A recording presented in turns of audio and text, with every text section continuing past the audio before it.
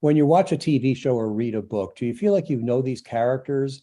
You've seen them before. They're just like duplicates that you almost like carbon copies, and you wonder like what makes them different. Well, if you have read a book like that, you're going to want to listen to today's episode to learn how to write multiple layered characters that have a point of view and a depth to them so your books and your stories stand out. Hi, I'm Dan Janelle. I'm a ghostwriter, book coach, and developmental editor for business authors and wellness authors. And if you'd like more information, go to writeyourbookinaflash.com and be happy to chat with you. So let's get started. Our guest today is Angela Ackerman, who's written a series of books that can help any writer create multi-layered characters. Welcome, Angela. Thank you so much. So tell us, what is a multi-layered character? Why do some writers write characters that just seem flat? What's wrong with them? What's wrong with a flat character is probably that the writer didn't dive deep enough into understanding who they are. I think the best characters are ones that feel like real people. You know, they have needs, they have fears, they have goals, they have desires, they have insecurities. They will have a history just like you or I. Everything that we do in life, we're a product of our past, you know, how we grew up, the people we were around, the different things that we experienced. And we need to think about our characters the same way, that they too have been shaped by whatever their experiences were in the past, and whatever personality traits that they have, those are going to create certain behaviors that we're going to see in the story. And so when we take the time to really understand who a character is, we can write those behaviors, those actions, those decisions, those thoughts in a way that just it seems really authentic. It seems like a real person. So it's about taking a real world reality, things that we experience every day, like mistakes that we make or judgments that we have or emotions that we express, and making sure that our characters are doing those things too. When we do that, when we build a character that acts and thinks and behaves like a real person, readers connect to that character and they feel like, wow, I can relate to that. I can relate to what they're going through. And they feel that empathy, and that's what connects them in the story. How can you show that emotion in your books? I guess this goes to the classic question of show, don't tell. How can you show that emotion properly?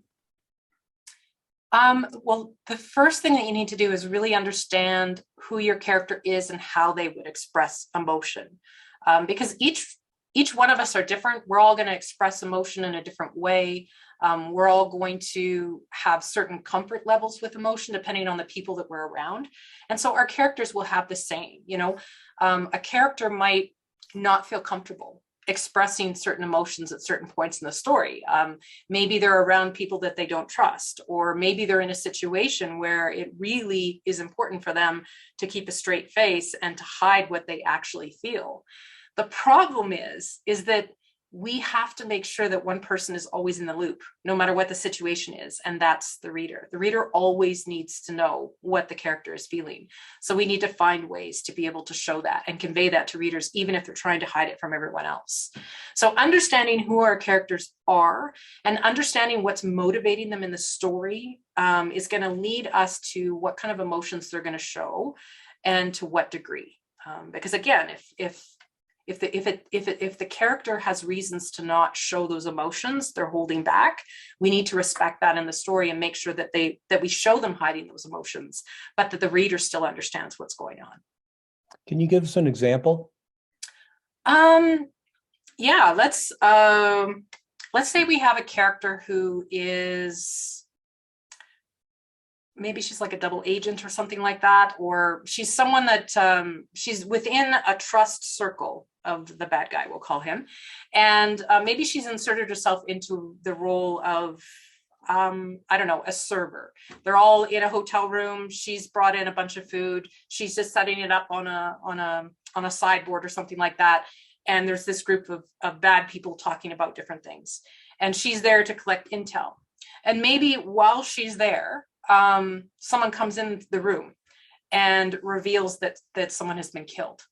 Well, if our character if she knew that person and cared about that person, immediately, like, she's going to want to fall apart and break down and cry and, be upset.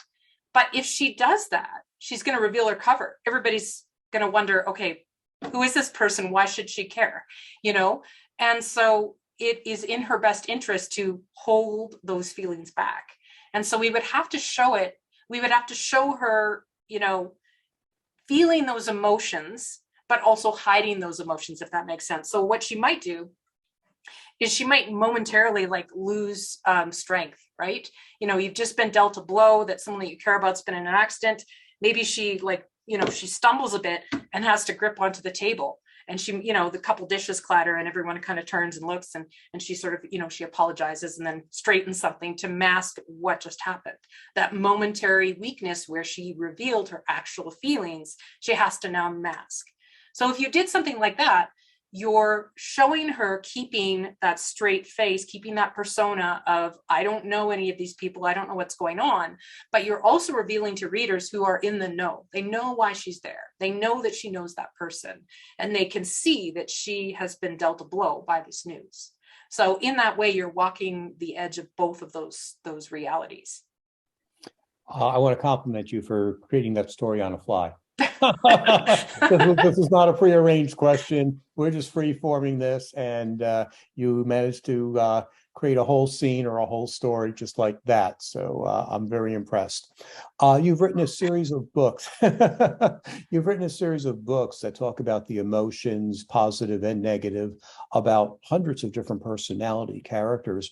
How can people use those books to give their characters more depth?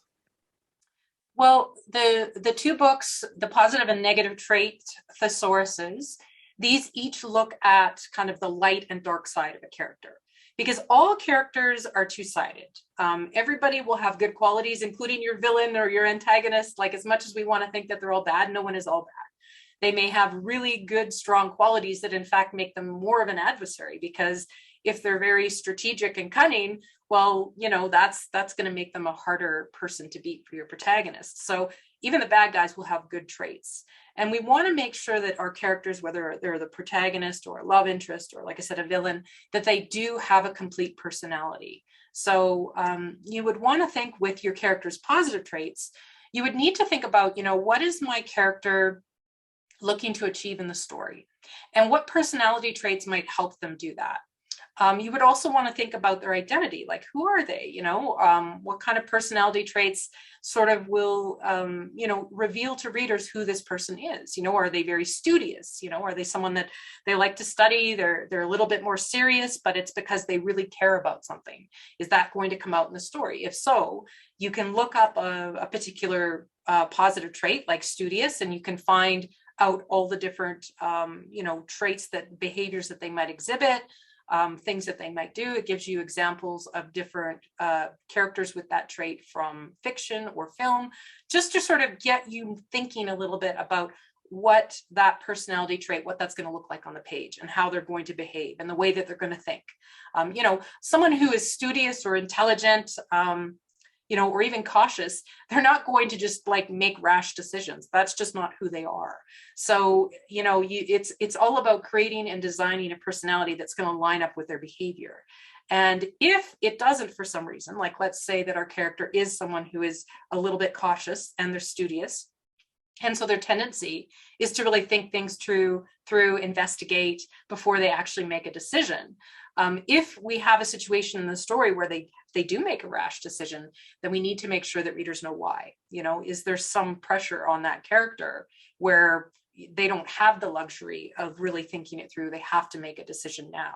And so we just need to show why they're not behaving the way that they should. Now, the character's negative personality traits are vastly interesting, because characters' flaws are all sort of emotional shielding that character has developed over their life. Different things have happened to them in their life where they've been hurt in some way. And so they develop negative qualities. And in their mind, they don't really see them as negative qualities. They see them as ways to sort of protect themselves and keep maybe people and situations that might want to hurt them at a distance. So an example of a negative flaw might be someone who's manipulative. if you're manipulative, you're always looking at, what's the angle here? How can I make this outcome be the best for me? How can I manipulate that person into doing what it is that I want them to do? Those are inherently negative things, but your character could have very good reasons for doing that.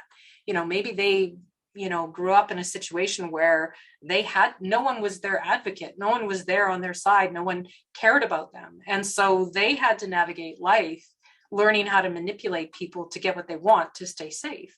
So thinking about both sides of your character, the positive and negative, it'll allow you to create a character that's very rounded.